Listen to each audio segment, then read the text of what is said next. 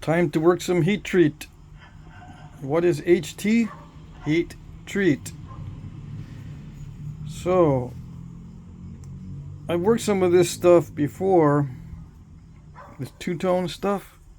I think I liked it. So I want to do something relatively easy today. Yeah. I'm whipping out, I know. And this is going to be a yip yap video. You might want to turn the volume down or off. Oh yes.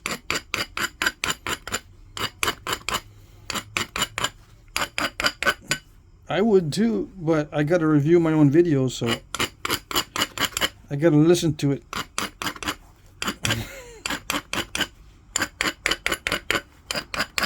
Okay. So I'm just getting that ready. Just getting it ready for the next step. I've got to knock off all the bad parts. Yeah, it's going to be a long, narrow point if everything works well. If it doesn't, it'll be two short, stubby points.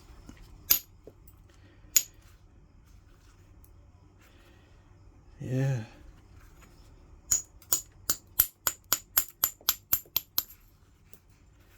It looks decent. Can you see?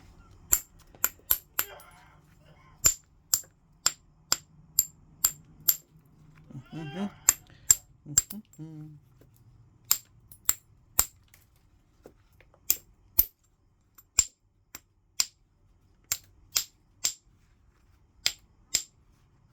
Come on.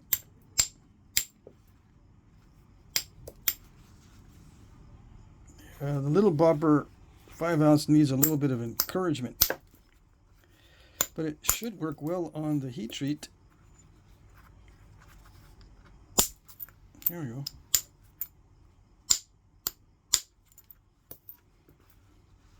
Yeah, I'm excited about my new casts from the Finley site, and it is an excavated site, so the artifacts were not tumbled in a river or anything.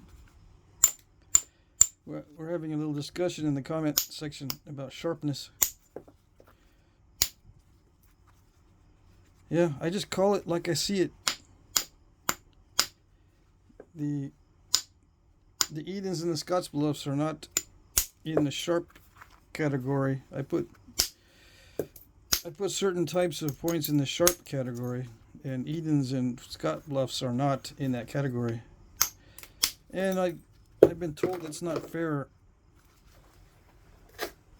because of various things. You know, they could have been dulled in shooting the animals. They could have been dulled in tumbling in a river. They could have been dulled from just general use. It couldn't be that they were made dull. I don't know. Can you tell from the flake patterns whether that patterning lends itself to sharpness or not? Can you tell? It's fun to see people who haven't really experienced sharp artifacts. Yeah.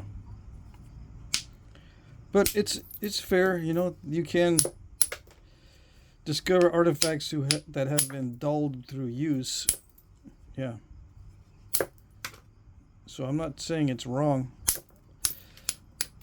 But you can notice by the flake pattern if it is conducive to sharpness or not. Yeah.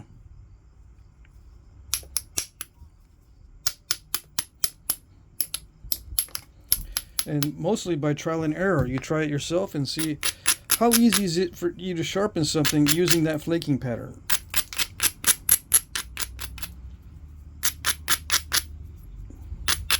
If it's extremely difficult for you to sharpen it, chances are it was extremely difficult for them back in the day to sharpen it. So, following that logic, they were not made very sharp. Why would they make something not sharp? Mainly because of something called an anti-pattern. An anti-pattern is a term that's used mainly in software development, I think. But it can be used for other things. To describe what happens when you're doing something that's not really that effective, but you keep doing it because it's either easy or traditional or common or socially accepted or a combination of all of the above. It's an anti-pattern. It doesn't work that great, but that's what you do. And it keeps on perpetuating itself.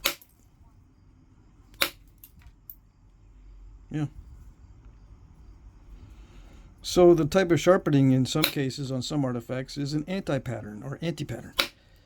However you want to pronounce it. That's my view. Just because it's an artifact doesn't mean it's sharpened well, and there's evidence that there isn't sharpness on these Edens. I've seen sharp artifacts. I've shown them on video. It kind of tells me who's watching the artifact videos and who isn't. Yeah.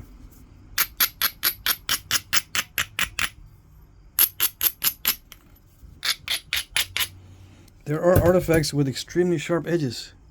Certain types of artifacts also. Not just certain points within an artifact type. There are certain types that are generally sharp also.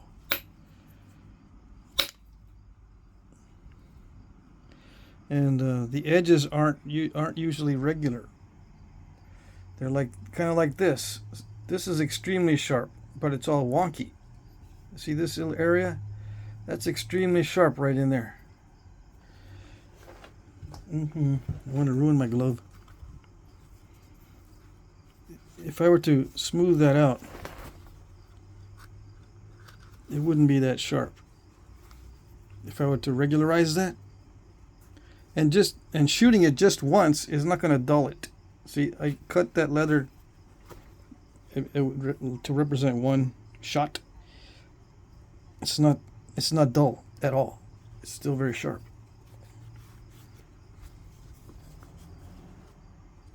Now if I go to an area that's, let's say the other side. These tests are not that good because I could be using less pressure. You know what I'm saying? I could be cheating and using a lot less pressure on that side. But I can tell what is sharp and what is not. And I've seen lots of artifacts. And I can pretty much tell when someone hasn't seen much in terms of real artifacts. Not to say that it's bad, but I can tell. I understand where they're coming from when they say that they could have been dulled by blah, blah, blah. And they're right. It could have been dulled by whatever use where happened to be appropriate. Yeah. So you got to look at other things, not just the dullness, but what other things might they be? The type of flaking and the type of edge and the scoop outs that are left by the bulbs of pressure or bulbs of percussion. And to name a few things, there are other things in the flaking characteristics that indicate the potential of being very sharp. And some of these artifacts don't have them. They can still be pretty sharp, but they can't be as sharp as some other types of edges and flaking. Okay? All right. Just so you know where I'm coming from, what I'm basing it on. Not just the feel of the actual thing in my hand, although that's important too. I actually have the casts, so I can run my finger on the edge. But, you know, to be fair, they were discovered in the 40s, so there might have been a lot of people rubbing their fingers on the edges that dulled them since they've been discovered. Yeah. That does wear down the edges when it's been handled quite a bit.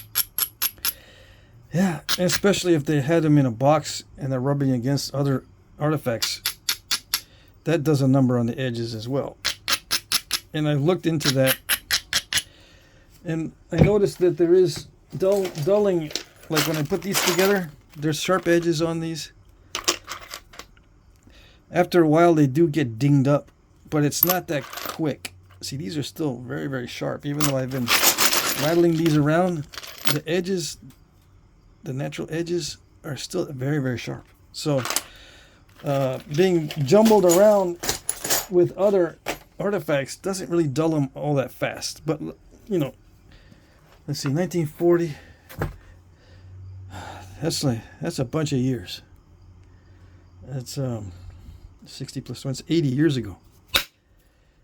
Yeah, after 80 years of handling, before they were made into casts, it could have taken its toll on the edges. So, but I also look at the flaking style, and I can see that the flaking style is not that conducive to being sharp. You know, a lot of knappers get to the point where they can make a nice, symmetrical, beautifully flaked point, but they feel the edges of their work and it's not sharp.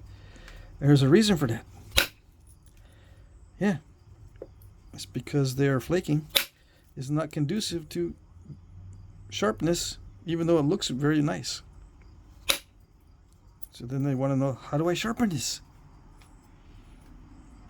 And I'm going to show you the way I sharpen things and the way I've seen them done on artifacts.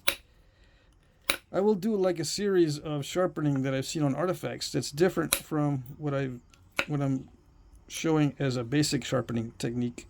There are 4 different basic sharpening techniques that I'm going to show on video, but there are advanced sharpenings and discussions about how artifacts look like that I'll get into eventually. I don't really like to get too technical because I don't know that much. I have to do research a lot of times before I do the videos, and it takes time. And sometimes more time than I have. Well, oftentimes more time than I have available to do the research. And then when I do the research and I buy the casts and I examine them carefully with my high-powered glasses, I still get people that go, no, no, no, no, no, no, no, no. That'll happen no matter what. Yeah. It's okay. Nothing personal. I'm not taking it personal that you think that I made a wrong assessment. No. It's perfectly fine. All right.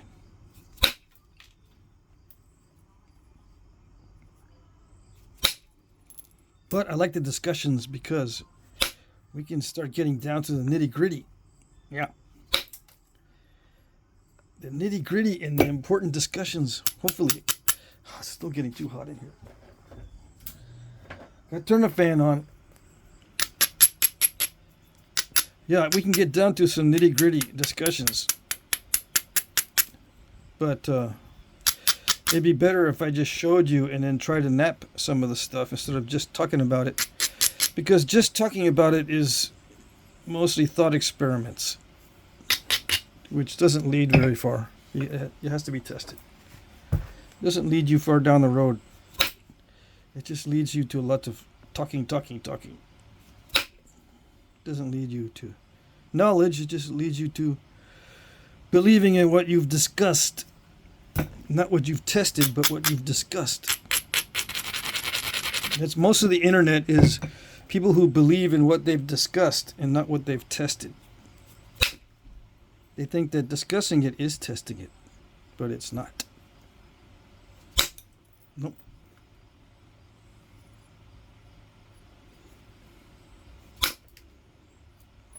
Sometimes on the internet, people believe that if you win the argument, then you are correct. If everyone it gets flustered, doesn't want to talk to you anymore. I won. It is my opinion that matters now. Yeah. That's how a lot of discussions go on the internet.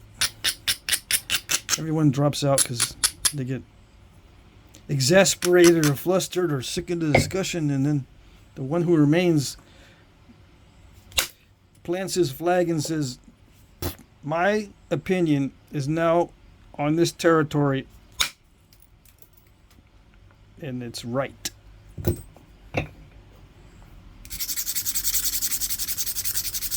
Everybody else is gone, so the remaining opinion is the correct one.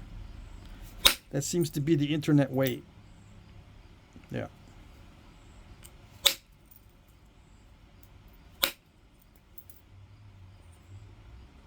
It's a very authoritarian way to deal with discussions, which is not. It is not good. No.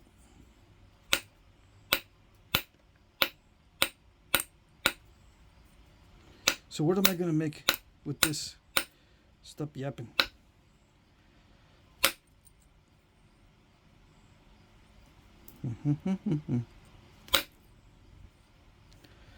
Maybe there's a point called the philosophy point. That's what I'm going to make.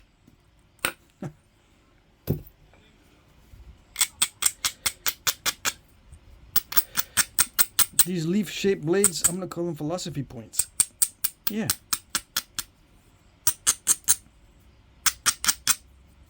No?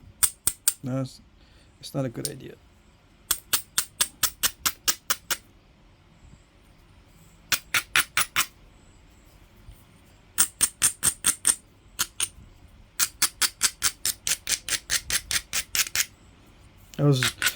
I was talking with Grok the other day.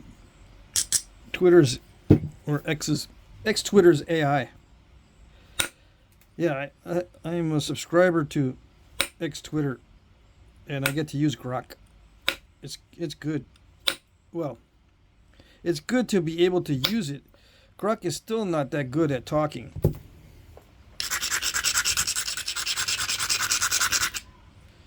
It is influenced heavily by the internet, which is not a good thing, but eventually I think it'll learn to weed out what is not rational.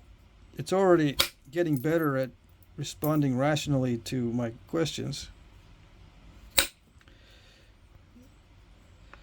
See, mainly what happens when I'm looking at an article or a study, mainly what I look at is the logic first.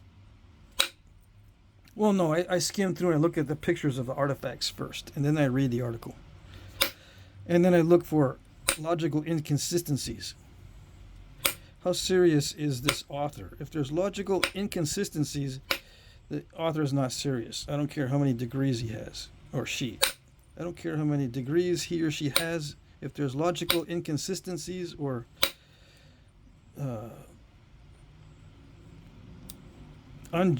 unfounded claims, or just fallacies within the article, logical fallacies, then it's not serious. I don't take it seriously. And I've been known to argue with people just based on the logic, because if they can't get the logic correct, they're not going to get the other stuff correct, because you have to build on a foundation of logic. You know, if you're going to write an article, it should proceed with consistency. It should communicate the facts, and then what can be deduced from those facts, if anything. Sometimes nothing can be deduced from the facts. They're just there.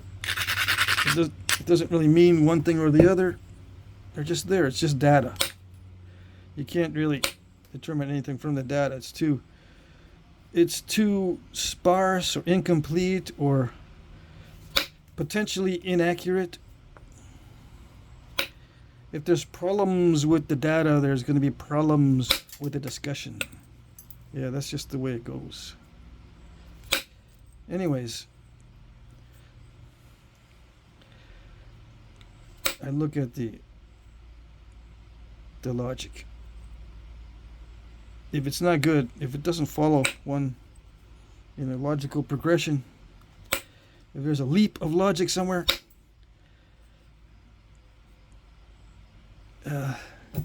I get discouraged. I go, man, I don't know. Maybe I should study logic more. Maybe I got it wrong. So I look up. I talk to Grok about how to figure these things out. I'll ask it, is this reasonable position? I'll ask Grok if there's a reasonable position on this or that. Or what are the nuances? That's a big one. What you ask Grok, what are the nuances? It's amazing what people think are nuances. Because Grok depends on, or the AI depends on what people have input as far as nuances or a nuanced understanding of the material. A lot of times the nuance is just something wrong. It's not correct, but it's considered a nuance because it's often encountered in the discussions.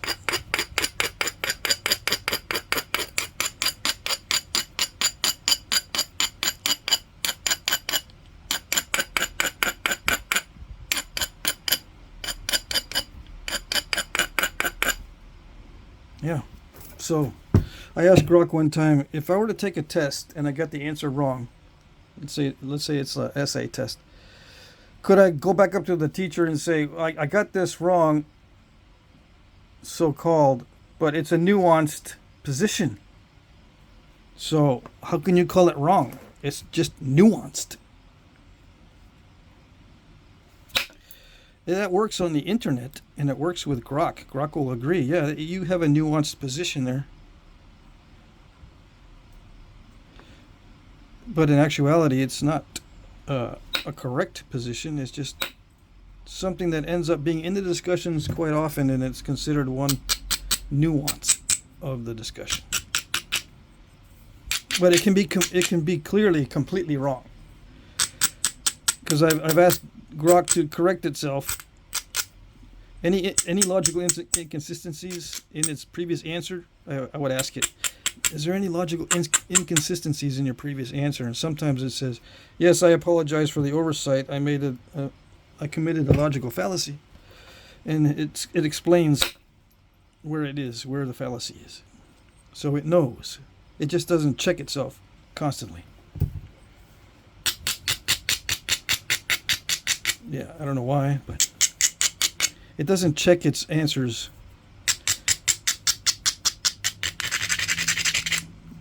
Or it doesn't attempt to prove its answers.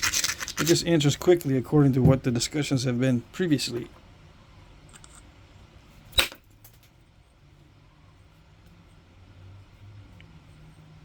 Which works okay for conversation, but when you're trying to get down to the nitty-gritty, it's not that useful. So it's getting there. It's getting better. Yeah. AI is getting scary good. But I don't think it'll ever get over this nuance thing. This nuance thing is a loophole that allows you to answer something incorrectly. Yeah, and it's very common on the internet.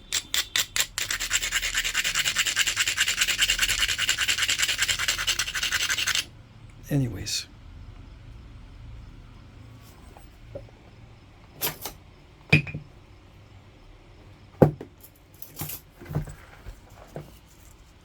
Let's see if I can unstepify that. You can see what's happening there. Even though it's a heat treat, the concrete didn't improve very much. Yeah. So, let's go back and minimize these step fractures.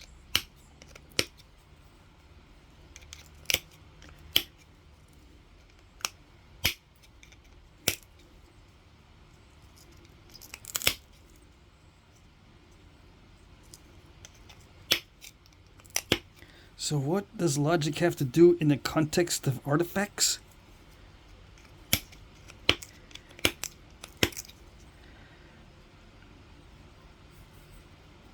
Well, one of the things is if you have experience sharpening something,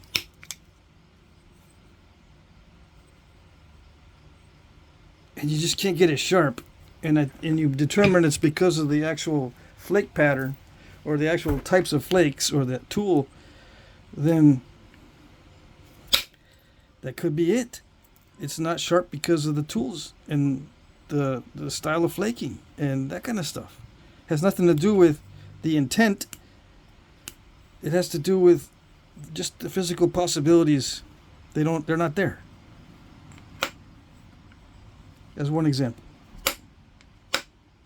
And if the researcher is overlooking that, or doesn't have enough knowledge to know that that particular flaking style is not conducive to sharpening, he's not going to know. He's not going to say anything about it.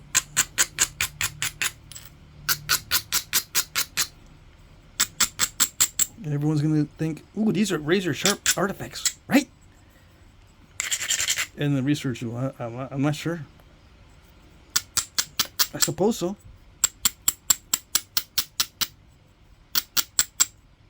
Yeah, suppose so.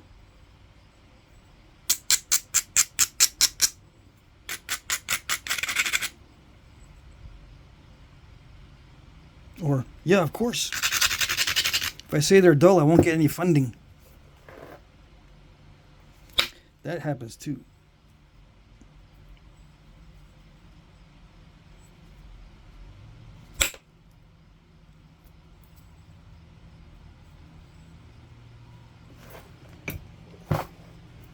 Does it happen exactly in that situation?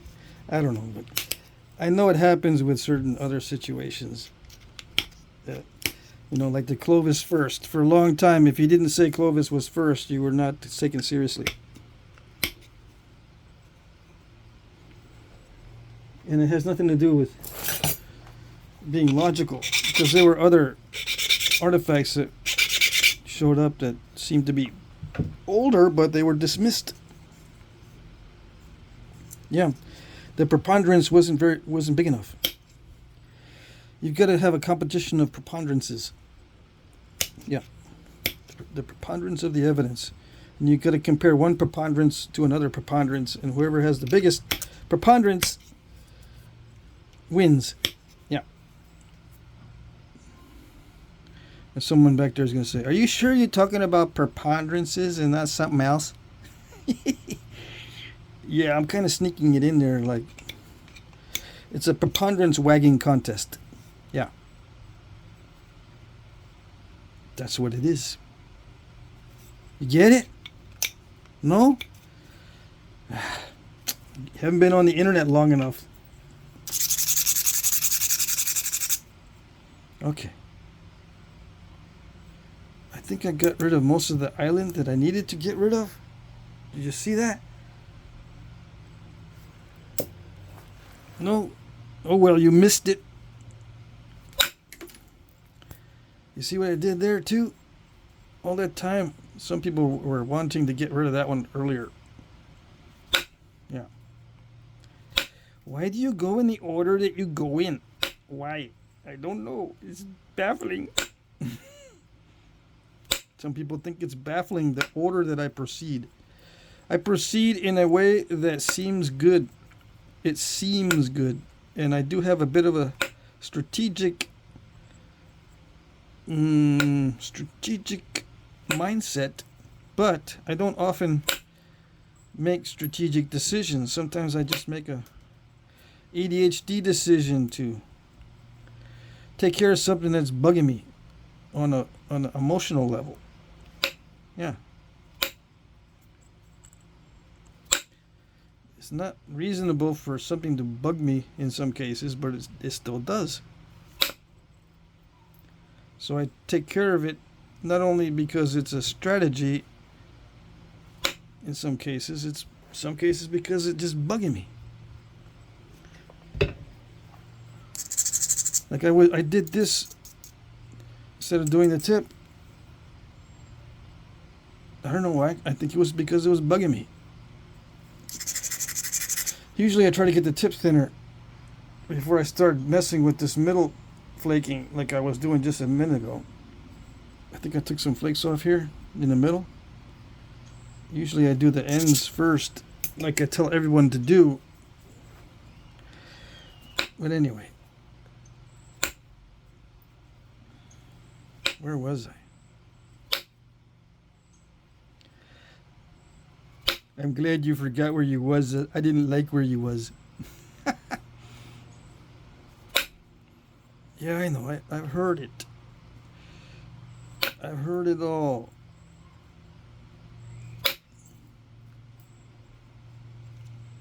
I've been on the internet since the only thing that was available was dial-up. Yeah, I first got on the internet when the only thing you had was a dial-up modem, and no one had fast, high-speed internet. You had to wait for your images to load. If it had any art, A-R-T, or images, they would load slowly and in pieces. You get that it'd be chopped up into squares, and you get little bits of your image, a little bit at a time, when you log onto a website. And you had to type in the website, in many cases, by hand. I think you could copy paste into the search bar, but I don't remember. Anyway, it was weird back in the day. There was not very many ads, and people were posting actual truths.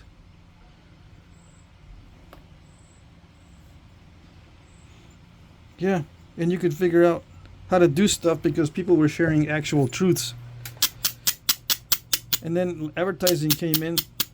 People started making money with advertising, and they couldn't get as many clicks with the truths, so they started making up stuff. Yeah, and they got more clicks. So now we have a contamination throughout the entire internet of people that are just trying to get clicks. Yeah.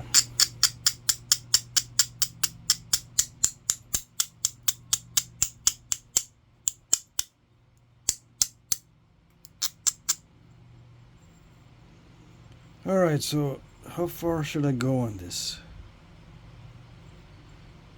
I already messed it up a little bit. I gotta shoot another flake into there if I want to clean that up. Yes. Do that now. I'm gonna do that now.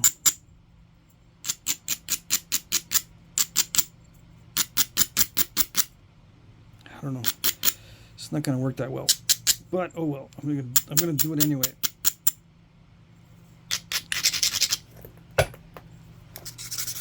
I have to lose width off of that.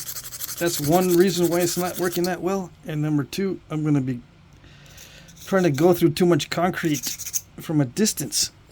It's probably not going to work. But I might be able to pick it out if it doesn't go. It tried. It tried a little bit. I got to go on the other side too. Oh, that's not good. Look at it. Look at it eat my flaker for lunch there. Piece of copper. See that?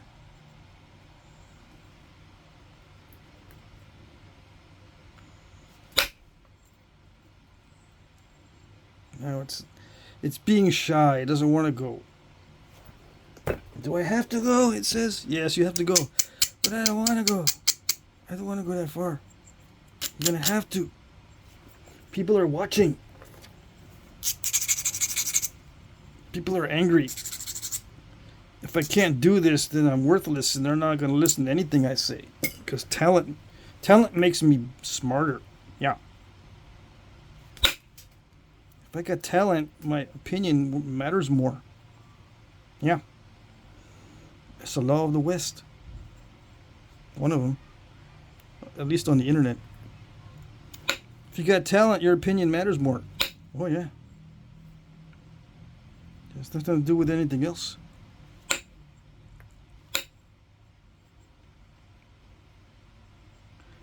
Okay. So all I gotta do is work on my talent. Yeah.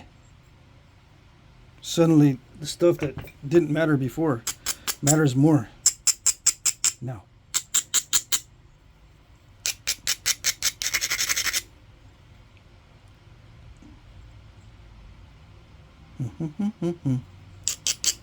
Yeah, that's the way of the internet. So weird.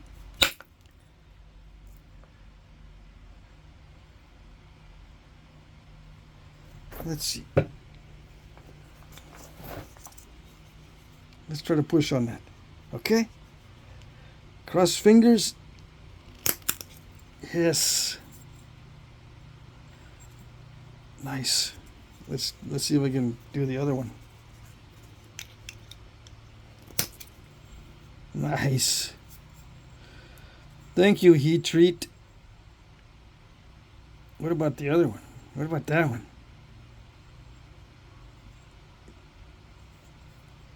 That's still making people's stomachs upset.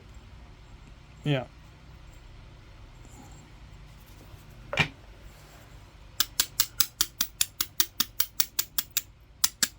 No, man, what makes me upset in my stomach is you talking about stuff you don't know nothing about.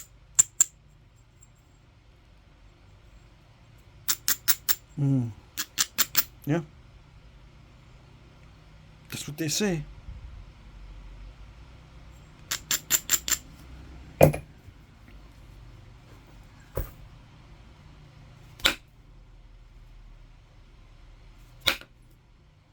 What if I can clear that step fracture out of there? All of a sudden I know what I'm talking about. Yeah. Magic.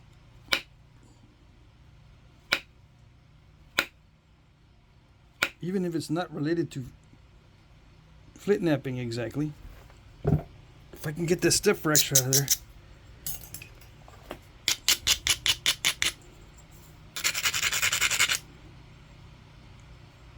I can get some credibility. Aha. Yes. Where am I going to go with that flake? I'm just going to go for broke. That's what you always do. Just go for broke. Yeah, I know. When I ask that question, I don't want to answer because I already know.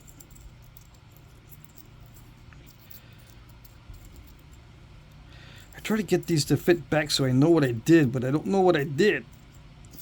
I think I did it, right? Just a little piece left. So now I'm smarter? Yes? I wish.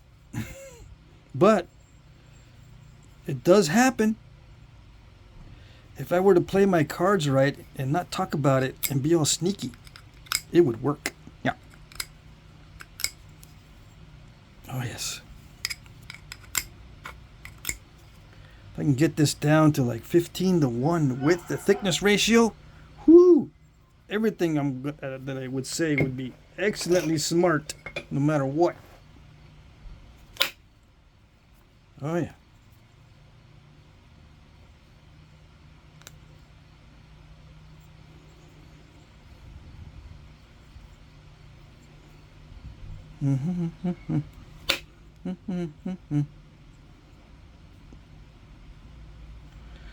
Okay. There's not much opportunity to thin it without risking a lot. Yeah. It's okay. We're almost there yet.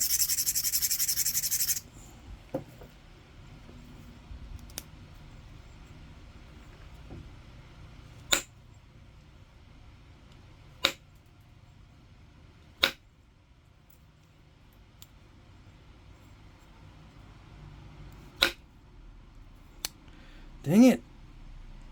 None of the real artifacts have that. Oh, wait, they do. Yes, they do. That's my excuse.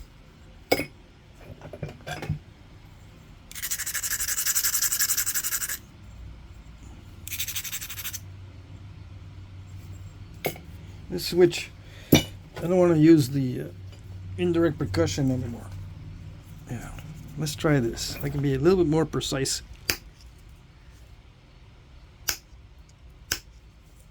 Still there. Dang it.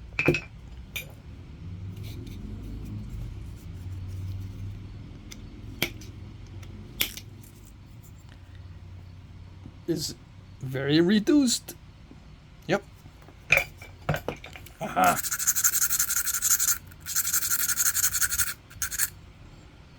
Yes, very reduced.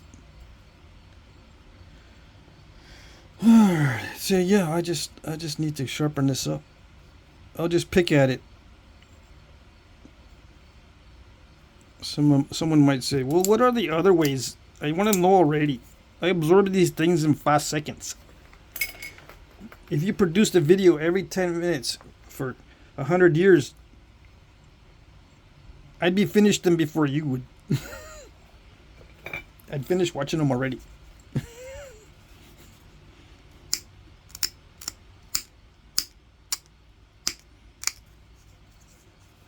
Yeah, I know. Some of you guys I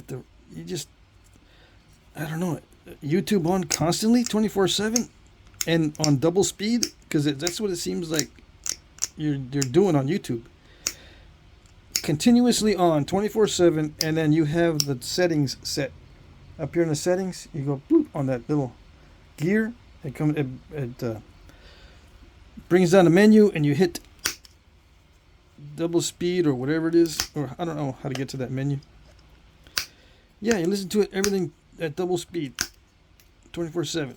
And if you have more than one screen, you'll open 2 screens and watch 2 videos at once at double speed.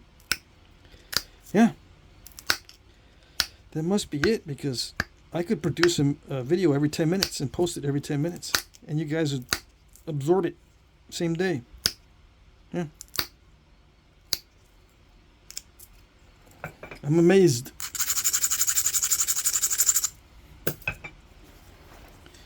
You go, just like my pet dogs, eat their food and boom, more? That's it? More? You want more? They gobble it down and swallow, and then more? First thing out of their mouth after they swallow it. More? Of course, they look at me with their eyes. Their eyes are the ones that say more. Yeah. When they're not looking at me like they want more, that means their stomach's in pain. They've had way too much. That's the only time they don't want more. Yeah.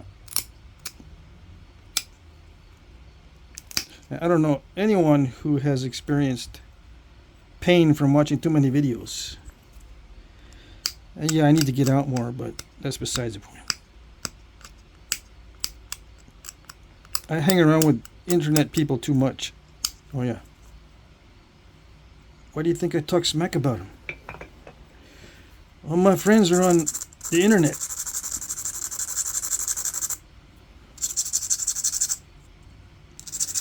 You might ask me, well, aren't your neighbors your friends too? You talk like they're friends of yours. Yeah, I know my neighbors. I go over there and chat once in a while. Or they come over when I'm in the yard doing stuff. I even wave to the guy across the street when he takes a smoke break. He works in a little office across the street. But it's the people on the internet that I argue with. Yeah, they're like family. Yep.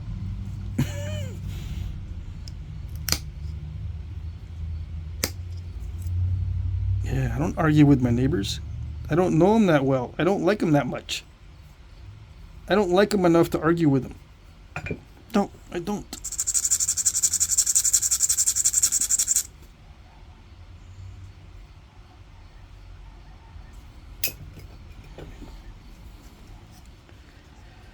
Okay, let's see.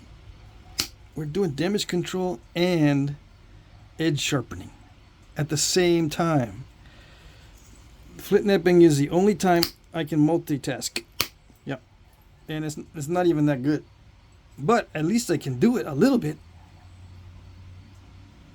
Yeah. I pulled that edge right off there. Dang it. That ruined my whole day. Now I'm depressed and not smart anymore. Yeah. My IQ just went down. So did my credibility. Yeah. Woe is me. I'm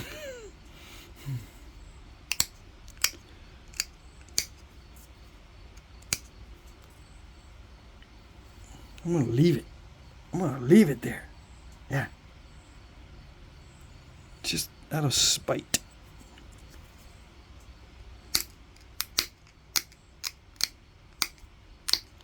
Yeah, after all these years of talking to people on the internet, I still don't know how to talk to them very well. I get them ticked off too easy. I suppose that's the point, because the internet is Fight Club, so might as well tick them off and get into fights. The internet is still Fight Club, and it's getting worse. If you want to. There are spaces now that seem to be growing that are very specialized. I was looking at a software developer's website. I am way behind the times. I used to be kind of up on what the terminology was surrounding software development and programming back in the day. But nowadays, I'm way out of the loop. I could probably be making tons of money if I knew this stuff, because I know I can make... I've got that bunch of things in my brain that I could be doing that probably make a lot more money if I was able to turn it into an app. Yeah. Yep.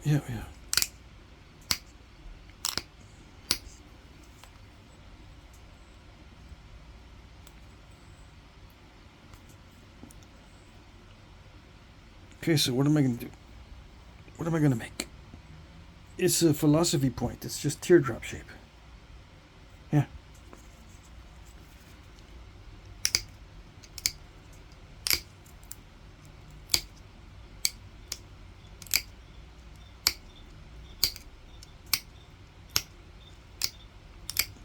I just noticed on the casts also that some of them are called Scott's Bluff, but to me they're all Edens because they're the same overall shape. Scott's Bluffs are larger. Right? Where is that silly little batch of casts? There's the silly little batch of casts. You missed that one, didn't you? You didn't watch that video. Well, see these over here.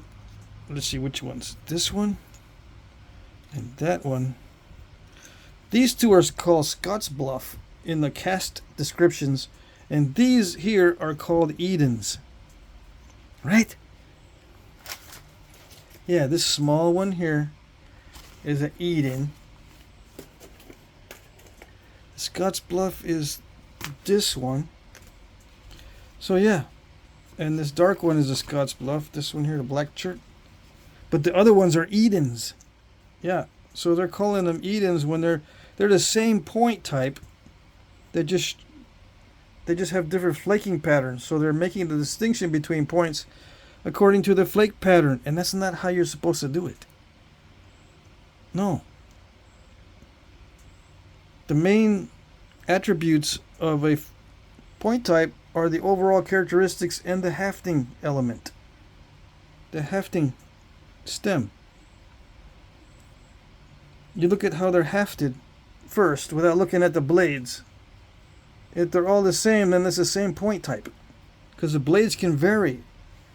Not only can they vary in the style that the knapper wants to make them, they vary because of repairs and because of flaws in the material. They weren't able to get the right shape. But the hafting area, you've got to get it just right, because that's what connects it to the stick. Yeah. And there are different strategies for connecting it to the stick. That helps you determine what kind of point it is. But no. Maybe I'm wrong. I don't know.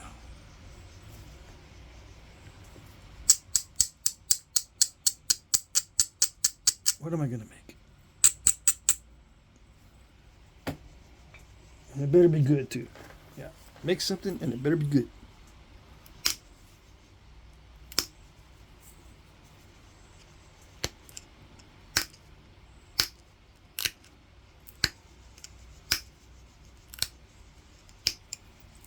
And it better be thin. Because if you don't do it thin, you're lame. I'm going to do some thick points. So there. So I can purposely be lame. Yep. Thick points, after you're getting used to making thin points, thick points are actually challenging, because you know you have lots of meat on it still, and you see a little defect, and you say to yourself, I can run a flake to get rid of that defect. I still have plenty of thickness. But no, you gotta leave it thick. Yeah. It's aggravating. I'll show you how aggravating it is.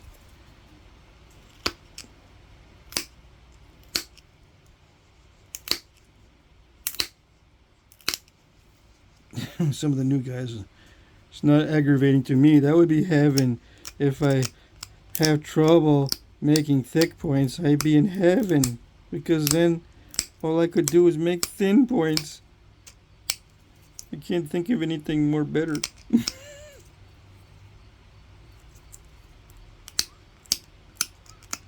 Yeah, I know.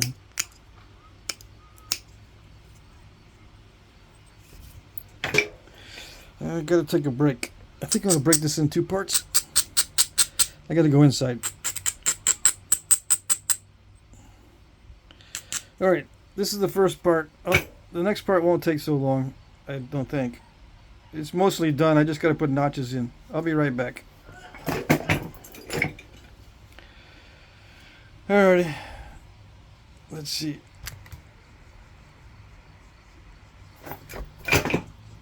There it is.